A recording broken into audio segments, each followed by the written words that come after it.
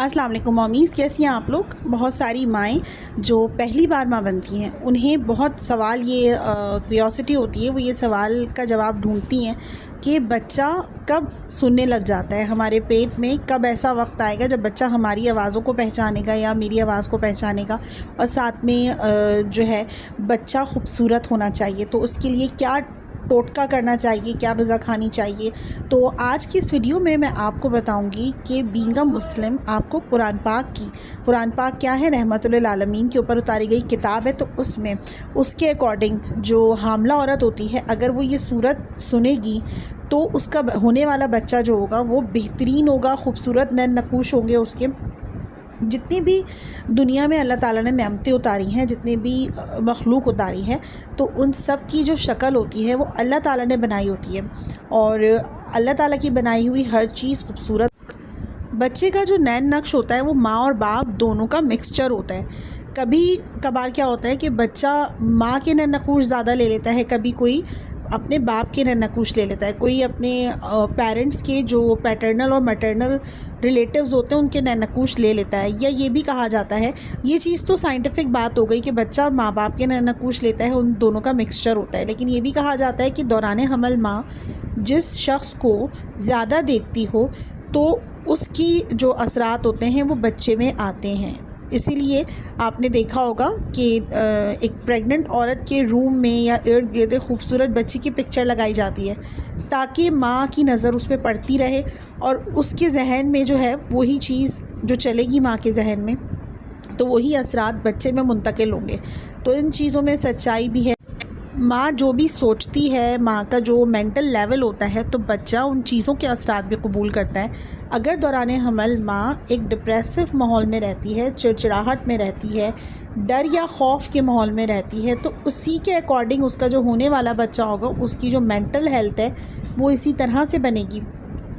और अगर कोई माँ हैप्पी रहती है, खुशी के जो हार्मोन्स होते हैं उसके अंदर बने रहते हैं, वो रिलैक्स रहती है, उसका जो पार्टनर है, उसकी फैमिली में इर्द गिर्द के लोग हैं उसको खुश रखने की कोशिश करते हैं, दौरान हमल कोई उसको टेंशन नहीं होती, तो उसका जो होने वाला बच्चा होता है वो उन्हीं खुसूसियात का हामिल होता है। वो एक रिलैक्स बच्चा होता है, उसके अंदर जो जहनी पसमानदगी की बीमारियां हैं वो भी नहीं होती हैं। तो माँ की जो हालत होती है दौरान हमल वो बच्चे के ऊपर इनडायरेक्ट या डायरेक्ट असरात मुरतब कर रही होती है। फिर ये भी कहा जाता है कि दौरान हमल माँ जिस तरह की खुराक का इस्तेमाल करती है उसी के अकॉर्डिंग उसका बच्चा जो होता है उसके बॉडी टेक्सचर बनता है, उसकी सोच बनती है, उसके अंदर जो बीमारियाँ होती हैं वो जन्म लेती हैं, या उसकी सेहत का दारोमदार, बच्चे की सेहत का दारोमदार इस चीज़ पर है कि माँ ने दौरान हमल क्या खाया है। तो चलें पहले सवाल की तरफ चलते हैं कि जो ये है कि माँ के पेट में बच्चा किस महीने से माँ की आवाज़ों को सुनना शुरू कर देता है। जब पहला, दूसरा, तीसरा महीना होता है हमल का, तो उसमें बच्चा बन रहा होता है, आपका बेबी ग्रो हो रहा होता है। उसकी जो बेसिक चीज़ें होती हैं, आँख, नाक, कान, हाथ, मुंह, आँखें, उसका दिमाग, उसका पेट, उसके दिल, गुर्दे, फेफड़े, जितने भी ऑर्गन्स हैं, 3 महीने जो शुरू के होते हैं हमल के, उसमें बच्चा प्रॉपर तरीके से बन रहा होता है।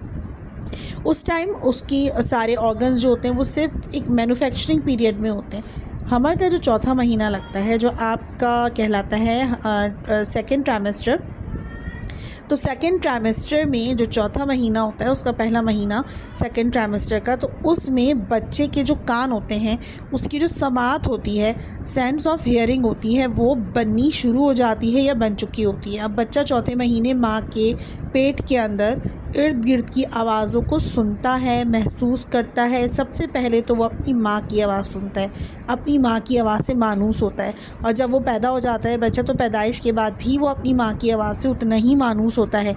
तो ये चीज़, जो बॉन्ड होता है माँ का और बच्चे का, वो पैदाइश से पहले ही उसकी माँ के साथ बन चुका होता है। अब आपको एक बहुत ही मशहूर एक किताबों में हमने ये पढ़ा था कि एक बड़े बुज़ुर्ग थे, जब उन्हें पैदाइश के बाद उनकी जो 4 साल के बाद बच्चे को कुरान पाक पढ़ाते हैं, तो कुरान पाक पढ़ाने जब उनको बिठाया गया तो उन्होंने शुरू के जो 15 या 14 सिपारे थे वो उन्होंने फर सुना दिए।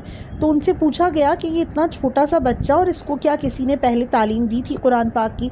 तो इस चीज़ के बारे में इन्वेस्टिगेट किया गया तो पता चला कि दौरान हमल उनकी जो माँ थी वो कुरान पाक के जो 14 सिपारे थे उसको हिफ्ज़ करने के उसमें थी, प्रोसीजर में थी। तो जितना माँ को हिफ्ज़ हुआ उतना ही बच्चे को हिफ्ज़ हो गया। तो बच्चा जो है माँ की आवाज़ सुनकर उसका दिमाग क्योंकि बन चुका था, उसके जो ब्रेन सेल्स थे वो बन चुके थे, तो उसने उन चीज़ों को हिफ्ज़ कर लिया। तो दौरान हमल माँ जो सुनती है, जो देखती है, जो सोचती है, जो महसूस करती है, वो डायरेक्टली या इनडायरेक्टली बच्चे की पूरी पर्सनैलिटी के ऊपर असरअंदाज होता है। तो ये चीज़ जो है वो बहुत अहमियत रखती है कि जब आपकी प्रेगनेंसी को चौथा महीना लग जाए तो फिर आप अच्छी बातें सुनें, अच्छी बातें समझें, सीखें, अच्छी बातें सोचें, रिलैक्स रहने की कोशिश करें, क्योंकि जो भी आप कर रही हैं, देख रही हैं, सुन रही हैं, तो वो सब चीज़ें आपके बच्चे पे असरअंदाज हो रही हैं।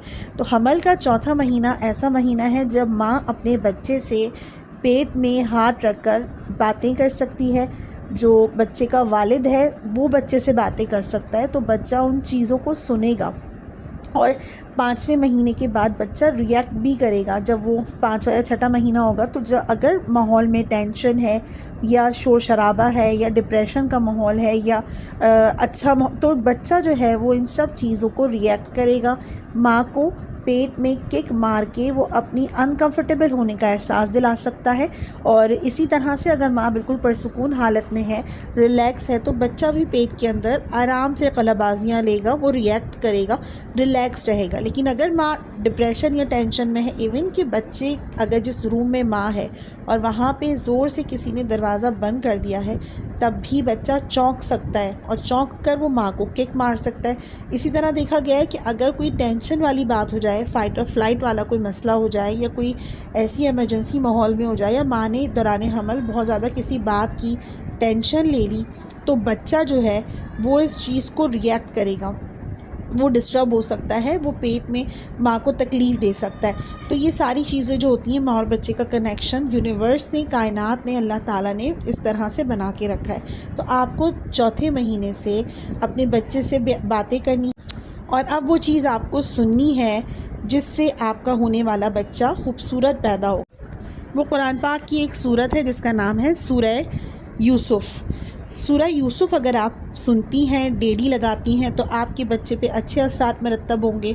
उसके जो फेशियल फ़ीचर्स हैं वो खूबसूरत होंगे, क्योंकि सूरह यूसुफ़ एक पैगंबर हज़रत यूसुफ़ अलैहिस्सलाम के ऊपर उतारी गई थी और उनकी जो स्टोरी है, लाइफ स्टोरी, वो उसी के ऊपर है। तो ये कहा जाता है, बड़े बुज़ुर्गों से भी सुना है कि अगर दौरान हमल माँ सूरह यूसुफ़ की तिलावत ख़ुद करे या वो लगा ले, ऑडियो लगा ले, और ये डेली अगर करे, फिर ये अगर ख़ुद तिलावत करे तो पानी पर फूंक कर वो पानी पी ले, तो उसका होने वाला बच्चा खूबसूरत पैदा होता है। तो जनाब, ये सारी बातें थी आपके बेबी के हवाले से। अगर आपके जहन में हमल के हवाले से कोई सवाल है तो आप मुझसे कर सकती हैं। अपना और अपने बेबी का ख्याल रखिए। मिलती हूँ आपसे नेक्स्ट वीडियो में। अल्लाह हाफ़िज़।